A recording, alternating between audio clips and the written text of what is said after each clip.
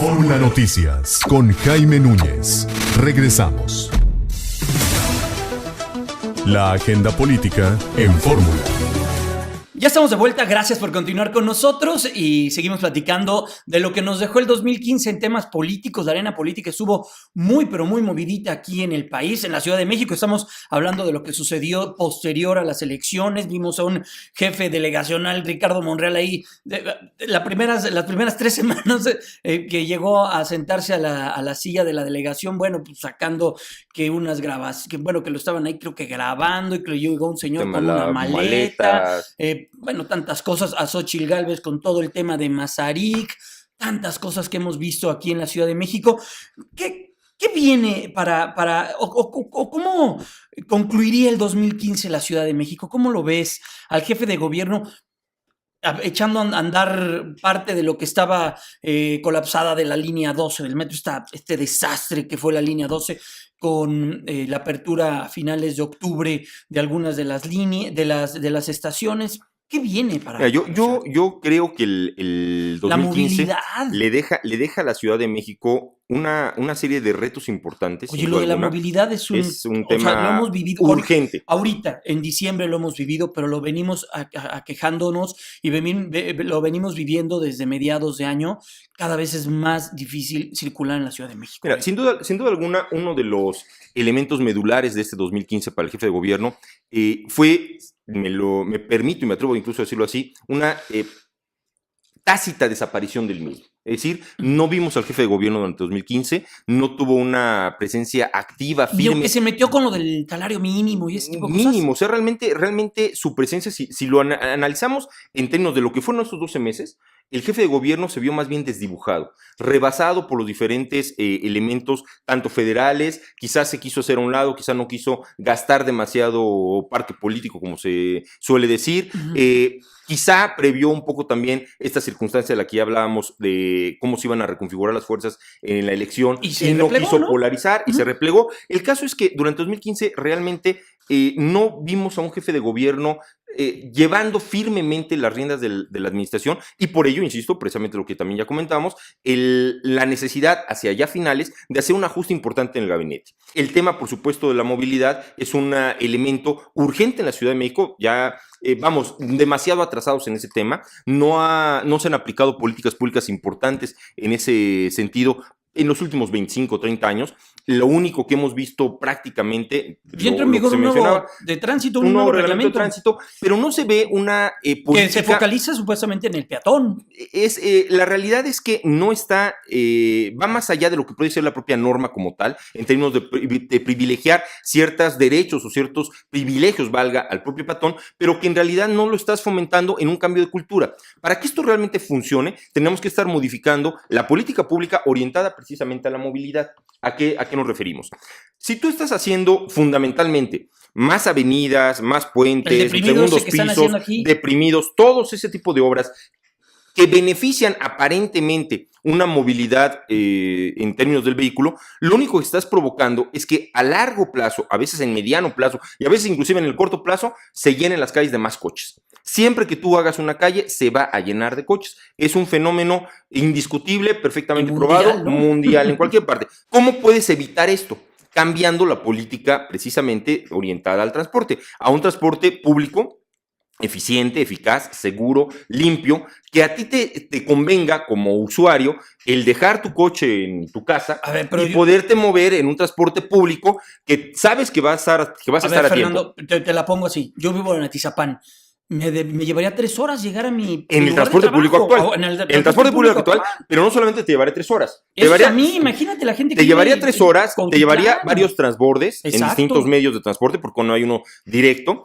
Además, con una inseguridad latente, permanentemente, todo el tiempo, con el temor, pero aquí el miedo. También yo ya estoy hablando del Estado de México. Aquí ya es un tema metropolitano, pero ya existe, ¿no?, la agenda metropolitana, ya existen los diferentes mecanismos de gobierno metropolitano que precisamente... Pero no circula, por ejemplo. En lo circula es un organismo metropolitano. Uh-huh. Hay muchas otras instancias que se han constituido, no solamente entre el Distrito Federal y la Ciudad de México, sino en los estados vecinos de la propia metrópoli, que precisamente están enfocados a eso, a lograr una comunicación y una coordinación entre las distintas entidades, porque evidentemente sería muy absurdo que tuviéramos una especie de frontera entre el Distrito Federal y el Estado de México, cuando prácticamente simplemente la población flotante del Distrito Federal, estamos hablando que son de cerca de 10 millones de personas que no viven en el DF, pero que trabajan en el DF todos los días. De los municipios dormitorio, de los municipios dormitorio, de las distintas entidades vecinas del país. Entonces, aquí el punto es ese, el lograr una política pública que nos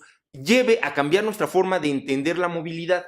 Hoy por hoy, básicamente, inclusive, si queremos ir a la tienda de la esquina de nuestra casa, nos vamos en coche. Pues sí. Ni siquiera estamos ni siquiera pensando en la posibilidad de irnos, ni siquiera en bicicleta o caminando, es en coche. Hace algunos meses se llevó a cabo algunas encuestas respecto a esta movilidad. Se le preguntaba a la gente dónde acostumbraba a caminar. Y la gente te respondía que, ¿caminar dónde? ¿Qué es eso? ¿Qué es eso? O sea, en las plazas comerciales, porque ya el único lugar en donde sales a caminar es en las plazas comerciales. Ya la gente no camina en los parques, no camina, por supuesto, en las calles, en las banquetas, en las aceras. No hay esta cultura de trasladarte a los distintos puntos a los que tienes que llegar de manera no motorizada. Y eso es precisamente lo que tendríamos que modificar en una política pública. Es un reto gigantesco. Es transformar radicalmente la manera en que entendemos cómo nos movemos, no solo en la Ciudad de México, sino básicamente en cada una de las distintas grandes ciudades que tiene este país, el empezar a transformar esto. Mira, un elemento que nos indica mucho cómo estamos haciendo las cosas de manera distinta.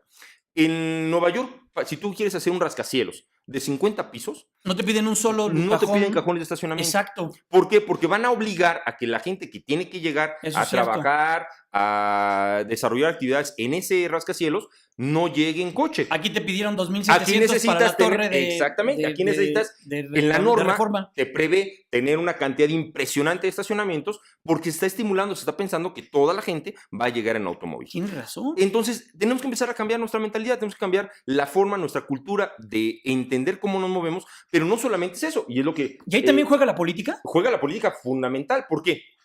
No solamente en la implementación de una política pública orientada a un nuevo mecanismo de transporte, una nueva forma de movilidad. Juega la política, por supuesto, inclusive el gobierno del Distrito Federal ya modificó su estructura orgánica, creando una secretaría de movilidad, orientada a eso, que vamos a ver cómo va realmente llevando a cabo con el tema. Laura Ballesteros, es muy poco el tiempo, exactamente, es muy poco el tiempo en este momento para poder definir o calificar el trabajo que está haciendo. Esperemos que tenga buenos resultados, pero veamos cómo ya el tema está creando inclusive una modificación en el aparato administrativo orientado precisamente a ello. Pero va más allá. Si como gobierno no desarrollas los mecanismos que te inviten a ti, ciudadano, insisto, a utilizar una bicicleta, a irte caminando a distintos lugares a donde tienes que moverte, darte las facilidades para ello, es decir, una acera segura en donde tú puedas caminar de un punto a otro sin el riesgo de que te asalten, de que te atropellen, de que sufras algún tipo de daño. Usos de suelo también. Por supuesto. La ciudad se expande, crece. Parece aparentemente sin control. Aparentemente sin control, en tanto igualmente no se actualice o no se respete, si es el caso, los distintos planes de desarrollo urbano parciales en el caso de la Ciudad Fernando, de México. estamos platicando con Fernando Ávila, nuestro experto en la agenda política.